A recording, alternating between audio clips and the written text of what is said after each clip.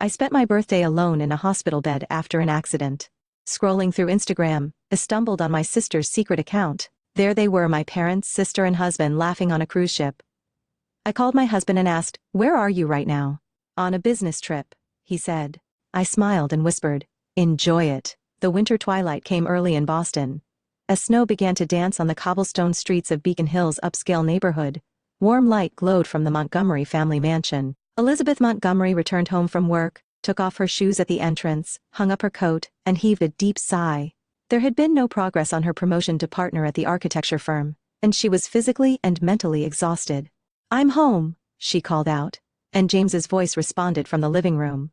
"Welcome home, honey. How was your day?" Elizabeth entered the living room and found her husband sitting on the sofa. James set his tablet aside and smiled at Elizabeth. "I almost missed the last train again." "I'm sorry," Elizabeth said. "It's okay. I understand since I'm busy with work too." James nodded understandingly. "But don't you think you should consider slowing down a bit?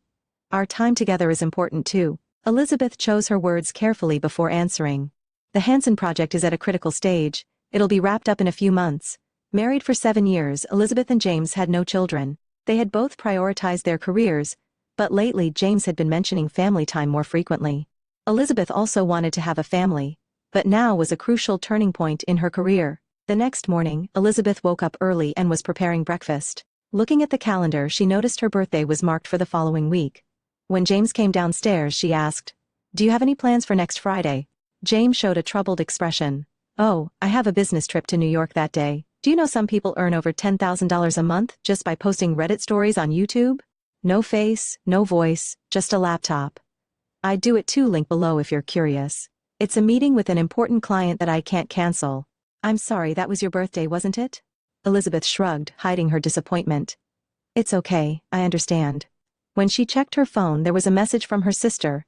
"How about dinner with our parents tonight?" Elizabeth replied with slight tension, "Sounds good." The usual place at 7? Catherine had once been a successful model. She still maintained her perfect appearance and showcased her beauty on social media. She always captured their parents' attention. In the evening, Elizabeth arrived at the restaurant and found her parents, and Catherine, already seated at a table. "Elizabeth, you're late," her mother Martha said, looking at her watch. "I'm sorry." "There was an unexpected problem at the construction site," Elizabeth explained as she took her seat.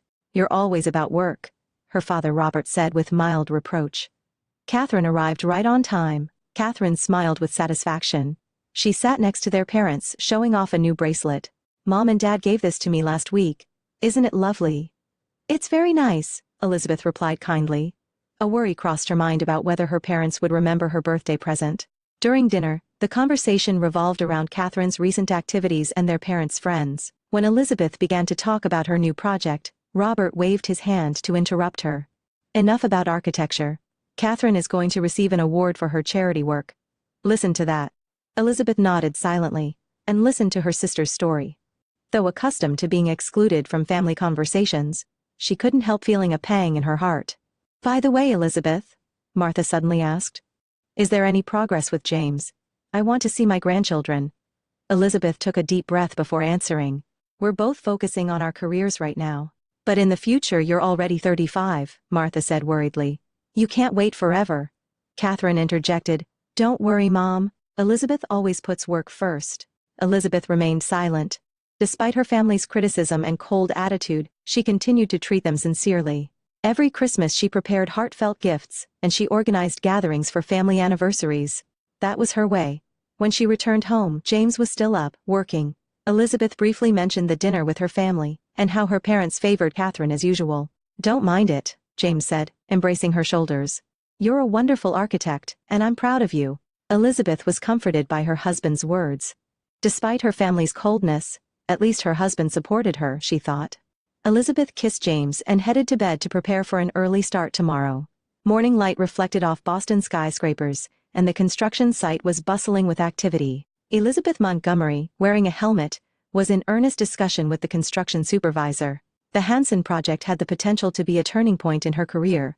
If successful, she would certainly be promoted to partner at the firm. "I want to adjust the placement of these pillars a bit to create a more open atrium," Elizabeth explained, pointing at the blueprints. "Understood, Mrs. Montgomery. I'll give instructions for the changes right away," the construction supervisor nodded. Elizabeth smiled with satisfaction and surveyed the site. This complex was the crystallization of her talent. It embodied her philosophy of creating beautiful and functional spaces while being environmentally conscious. Her phone rang, and looking at the screen, she saw it was from the office. "Hello, this is Elizabeth." "Elizabeth, it's Roger. The client is requesting design changes. We need your response by the end of today." Her boss's voice was urgent. "I understand. I'll return right away." Elizabeth hung up and heaved a deep sigh. She called out to the construction supervisor. "I need to return to the office.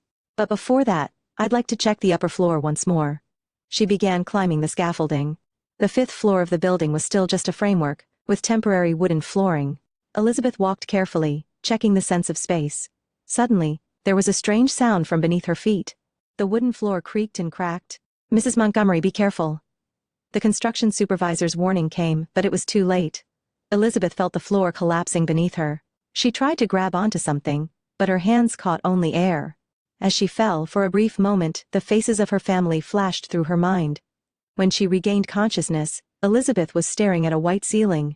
A dull pain dominated her body, especially her right leg, which hurt intensely. From around her came mechanical beeping sounds and the hurried footsteps of people. "You're awake now," came a gentle voice.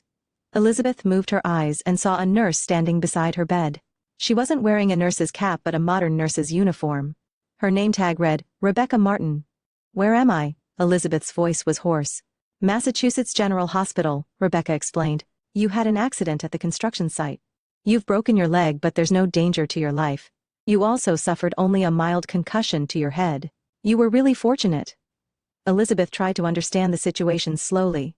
"How long was I unconscious?" "About 2 hours," Rebecca answered while checking Elizabeth's vital signs. "We've already contacted your family, so they should be here soon." Family. That word brought Elizabeth back to reality. She searched for her smartphone. "Where's my phone?" Rebecca pointed to a small locker. "It's over there. But first, you should rest. The doctor will be here soon." After Rebecca left the room, Elizabeth reached from the bed and took her smartphone from the locker. Looking at the screen, she noticed the date. Today was her 30th birthday. An ironic smile appeared on her lips. It looked like it would be a memorable birthday indeed. She first called James. After several rings, he finally answered. "Honey, sorry. I was in a meeting. Did something happen?" Elizabeth explained in a calm voice. "There was an accident at the construction site and I'm in the hospital now." "What?" James's voice was filled with surprise. "Are you okay?" "I'm fine, just broke my leg, but I'll probably have to stay in the hospital for a while." "Oh, I see." James hesitated. "Actually, I have that business trip to New York starting tomorrow. Should I cancel it?" Elizabeth hesitated for a moment. "No, go ahead. It's an important meeting, right? I'll be fine." "Really?" There was relief mixed in James's voice. "You'll be okay by yourself." "Yes, don't worry." After ending the call, Elizabeth sent messages to her parents and Catherine. Her parents immediately replied, "That's terrible. But we have a bridge club tournament this weekend. We'll come see you after that." Catherine's response was, "Take care. I'm busy with charity events this week, so it'll be next week." But Elizabeth put down her phone and stared at the ceiling. On her birthday, everyone in her family said they were busy. She tried to understand. Everyone has their own life. She often prioritized work too. Still, a sense of loneliness spread deep inside her. That night, after being examined by the doctor, Elizabeth was told she would need to stay in the hospital for at least a week. The fracture was complex and would require rehabilitation. When she returned to her room, Rebecca came in with a dinner tray. "Happy birthday," Rebecca said cheerfully. On the tray was a small cupcake with a single candle. "How did you know?" Elizabeth was surprised. "It was written on your admission paperwork." Rebecca smiled. "Spending your birthday in the hospital isn't fun. But I thought this might make it a little special." Elizabeth was touched, tears welling in her eyes. "Thank you, Rebecca." "You're welcome." Rebecca lit the candle. "Now, make a wish." Elizabeth closed her eyes and took a deep breath. What should she wish for? Health? Success? Love? She blew out the candle and gave Rebecca a grateful smile. "Will your family be coming?" Rebecca asked. "They're all busy." Elizabeth shrugged. "I understand." Rebecca gently held her hand. "I'm your assigned nurse, so call me any time if you need anything." That night, Elizabeth lay in bed, gazing at the starry sky visible through the window. Phone calls and messages from friends brightened her mood a little. However, there was no contact from her family. Several days passed, and Elizabeth was beginning to get used to the monotonous life in the hospital room. James called occasionally but said, the meetings in New York are running longer than expected, and never actually visited the hospital. Her parents and Catherine were the same. Only Rebecca was her sole comfort. How are you today? Has the pain eased? Rebecca asked cheerfully during her morning rounds. A bit? Elizabeth smiled. Thank you, Rebecca. I really appreciate your help. That's my job, Rebecca replied kindly. Besides, you're a wonderful patient. You never complain. Elizabeth laughed. Complaining won't change anything. Rebecca opened the curtains, letting the morning light into the room. The weather's nice today. You can enjoy the view from the window. Elizabeth sat on the bed and looked outside. The Boston cityscape spread out, with people going about their busy lives. She thought about her architecture firm and the site, feeling concerned. However, she had already been informed by the office that the project was progressing without problems despite her absence. Are you bored? Rebecca asked. Should I bring you some books? I'm fine. Elizabeth picked up her smartphone. With this, I won't be bored. I can read the news or check social media. Rebecca nodded. I'll come back later then. Elizabeth opened her social media app and scrolled through her feed. Posts from friends and industry news flowed by. Then, she casually opened Catherine's profile. Her sister's latest post said, busy day at the charity event, with a photo taken in a luxurious hotel banquet room. Elizabeth smiled. At least her sister wasn't lying. She scrolled further and was looking at the list of accounts Catherine was following. There, her eye caught an unfamiliar account name. It was called Cat Lifestyle. Casually, Elizabeth tapped on that account. Looking at the account's profile picture, Elizabeth gasped. It was a small thumbnail, but the smile was somehow familiar. She tapped to open the account. The profile description read, My real life and adventures, the private me I don't show to family and friends. No way, Elizabeth whispered. The account was private, but since Catherine was following it, she pressed the request button. Surprisingly, a few minutes later she received an approval notification. It was clear that Catherine wasn't checking Elizabeth's social media account closely. As she began to view the posts, Elizabeth's hand started to tremble. It was undoubtedly Catherine's secret account. Unlike her usually perfectly curated posts, these were more raw and candid. Elizabeth's eyes caught the most recent post. It was dated 3 days ago, right after her hospitalization. The photo showed Catherine, their parents, and James, smiling and toasting on the deck of a luxury cruise ship. Her husband, instead of being at important meetings in New York, was enjoying a cruise with her family. Tears fell from Elizabeth's eyes. With trembling fingers, she scrolled through other posts. There were posts showing preparations from a week ago and excitement before departure. Finally, the secret plan without Elizabeth is happening. She's always work, and doesn't understand our fun. But now we can enjoy without her. That was posted a few days before her birthday. Elizabeth felt an icy sensation enveloping her entire body. Her family and husband had planned a trip excluding her for her birthday. And even while she was hospitalized after an accident, they carried out that plan without changing it. The door opened and Rebecca came in. Mrs. Montgomery, it's time for your Medicat Ion. She cut off mid-sentence. What's wrong? Did something happen? Elizabeth managed to squeeze out words. My family is while I'm in the hospital. Rebecca approached the bed and looked at the smartphone screen. Oh no, she whispered. Elizabeth couldn't take her eyes off the screen. Catherine's post continued. James is so good at lying to Elizabeth. I laugh every time he says New York meeting. The post was accompanied by a photo of James relaxing poolside with a cocktail. His expression was more open and happy than Elizabeth had ever seen. I've been deceived for years. Elizabeth's voice was hollow. Rebecca sat next to her and placed a hand on her shoulder. Take a deep breath. This is such a shocking discovery. Elizabeth looked at older posts. There were many posts showing family-only gatherings held during her absence. While she was busy with work, her family was having fun excluding her, and James was always present at those gatherings. They don't think of me as family, Elizabeth said painfully. She picked up her phone and decided to call James. After several rings, he answered. Honey, what is it? Is there a problem? From the background, music and voices typical of a cruise ship could be heard. Elizabeth tried to maintain her composure. James, where are you right now? There was a moment of silence. Oh, I'm in New York. Just between meetings with clients, I see. Elizabeth chose her words. Is the meeting going well?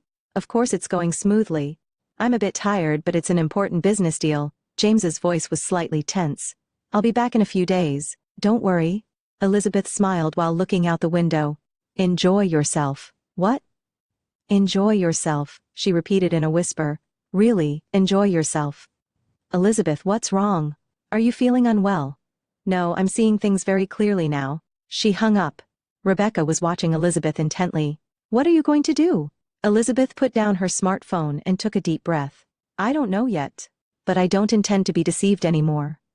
You have the right to choose, Rebecca said quietly. The right to choose your own happiness. Elizabeth nodded. Something was beginning to change in her heart. Beyond the shock and sadness, anger and determination were sprouting.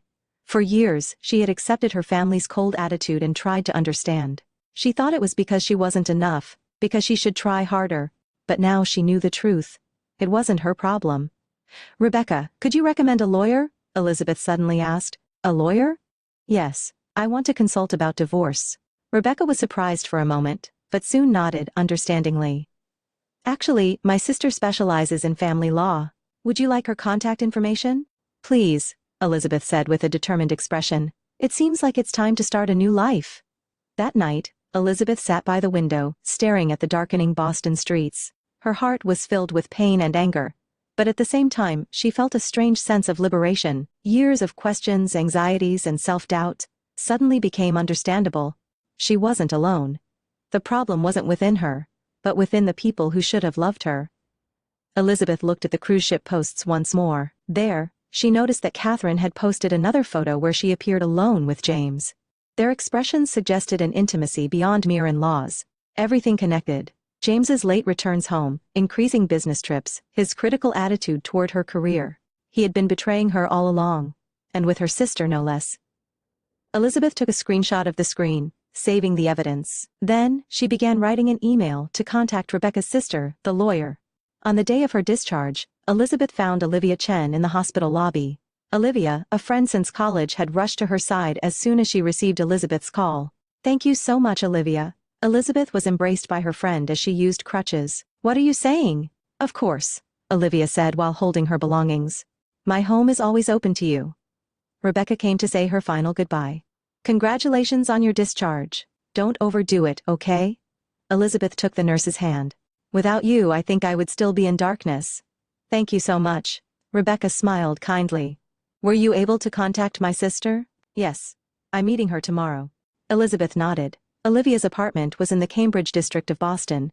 It was a small but comfortable space, and Elizabeth would be using the guest room as a temporary refuge. She had decided not to return to her own home. At least, not yet. I didn't need much luggage. Elizabeth indicated one suitcase and a laptop bag. I contacted my workplace directly from the hospital, and had them send what I needed.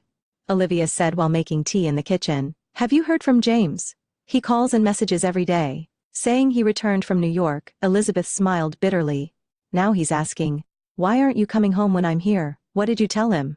I told him I'm staying at a friend's house for rehabilitation. Elizabeth looked at her smartphone. My parents and Catherine have also returned from the cruise finally. I got a message from my mother asking, how are you feeling? Olivia, unable to hide her anger, asked, what are you going to do?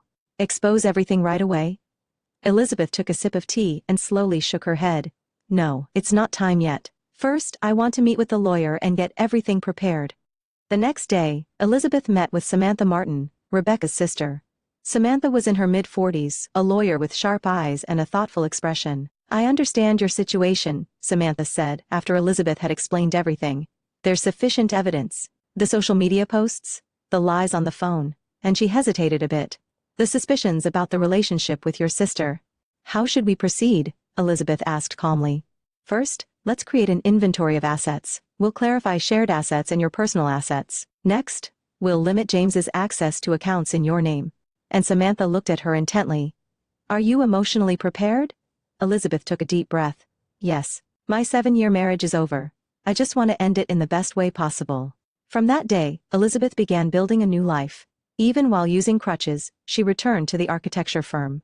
Her colleagues had advanced the project during her absence.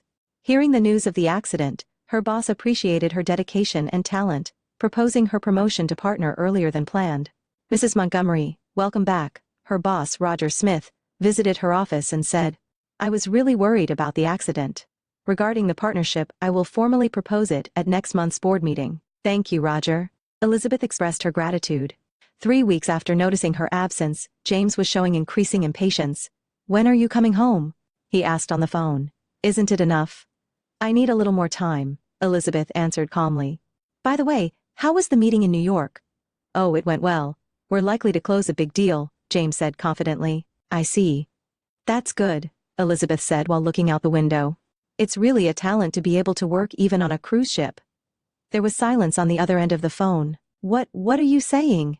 James's voice was trembling. Did you think I wouldn't know? Elizabeth's voice was as cold as ice. Catherine's Instagram was quite revealing. I especially like the hashtag #FamilyTimeOnly. Elizabeth, listen, I can explain. Explain? 7 years of lies. Your relationship with my sister. Elizabeth tried to control her emotions. It's over, James. A week later, with Samantha's help, Elizabeth had compiled all the evidence and legal documents. She had rented a new apartment and was preparing to move out of Olivia's house. And it was time to take the final step. Elizabeth sent an email to James, her parents, and Catherine. The attachments included photos from the cruise ship, screenshots of Catherine's social media posts, and records of conversations documenting James's lies. The body of the email was brief. I will no longer be deceived. Divorce papers have already been sent to James. All communication should be through my lawyer, Elizabeth. That night James appeared at her temporary residence. Olivia didn't open the door and said through the intercom, "Go away, or I'll call the police." The next morning, Elizabeth's cell phone received angry messages from her parents. How could you embarrass the family? Bringing problems outside the home, her mother had written. There was not a word from Catherine. On the day Elizabeth moved to her new apartment, she stood on Olivia's balcony one last time, overlooking the city of Boston. Any regrets? Olivia asked, standing next to her. No, Elizabeth smiled. Rather, I think I should have done it sooner, but that too is part of my life. A few days later, she received a call from James's lawyer. He intended to contest the property division. Mr. Montgomery is demanding 70% of the shared assets, the lawyer said. Samantha responded calmly, I'm sorry, but that's unacceptable. We are prepared to detail Mr. Montgomery's infidelity in court, especially his relationship with our client's sister. The threat was effective. James softened his stance and agreed to the divorce on terms favorable to Elizabeth. One weekend, Elizabeth made a final visit to her parents' house. Martha opened the door. Her face was hard and cold. May I come in? Elizabeth asked. In the living room, Robert was reading a newspaper. He put it down when he saw his daughter. Have you come to apologize for destroying the family? He said in a harsh tone. Elizabeth stood before them, looking straight into their eyes. No. I came to tell you the truth. A real family doesn't betray each other. I've always sought your love, but now I understand. I have the right to live my own life. Martha pursed her lips. You were always selfish. No, Mother, Elizabeth said quietly. I just learned my worth. She headed for the door. Looking back, she said finally, Goodbye. I hope someday you'll understand what a true family relationship means. 2 years later in Boston Spring, Elizabeth was gazing at the sparkle of the Charles River from the window of her architecture firm, Wilson Design Group. Half a year after the divorce, she had become independent and established her own company. Now with a staff of 10, she was building a reputation for sustainable architectural design. The preparations for the 04000 meeting are ready. Her assistant Jessica handed her some documents. Thank you, Elizabeth smiled. And have all the invitations for my birthday party been sent out? Yes, sent to everyone. Rebecca and Matthew have already replied that they'll attend. Elizabeth nodded with satisfaction. Her life after divorce had become richer than she had imagined. She had become close friends with the nurse Rebecca. And through that connection, she met Rebecca's brother Matthew. Matthew was a pediatrician, and his kindness and sincerity gradually healed the wounds in her heart. They had been dating for a year, and now spent most weekends together. Leaving the office, she drove to the Hope House Orphanage in East Boston. She had taken on this rebuilding project for the facility at no charge. Miss Wilson, we've been waiting. Director Harris of the orphanage greeted her. The children have been looking forward to meeting you. Elizabeth waved to the smiling children as she surveyed the new playground under construction. Her belief that family is not just about blood ties was embodied in this project. One day, a letter arrived at her office. It was from Catherine Elizabeth. I'm not asking for forgiveness, we're paying the price for our actions. James is under investigation for investment fraud and has lost his job. My modeling career is also over. Our parents lost their savings in James's investments and are now living with me. Ironically, we're now forced to consider the true meaning of family. Elizabeth placed the letter on her desk and stared out the window. She felt neither anger nor joy. She just reaffirmed that her choices had been right. That weekend, Elizabeth was having breakfast with Matthew at a small cafe in Beacon Hill. What are you thinking about? Matthew asked. I was thinking about family. Elizabeth took his hand. I think I found a true family now, not tied by blood, but relationships where we respect each other, support each other, and don't betray each other. Matthew gently squeezed her hand back. I think so too. Family is the act of choosing love and respect. On Elizabeth's birthday, her new family gathered at her apartment. Rebecca, Matthew, Olivia, and colleagues from the architecture firm. After blowing out the candles on her cake, she raised her glass. I am now surrounded by a true family. People like you, who don't betray each other, support each other, and respect each other. Blood may be the beginning of family, but it certainly doesn't define it. Matthew stood beside her and took out a small jewelry box. As the room fell silent, he knelt down. Elizabeth, will you create a new family with me? Tears welled in her eyes, and a heartfelt smile spread across her face. Yes, gladly. Her birthday was no longer a symbol of loneliness and betrayal. It had become a day of new beginnings.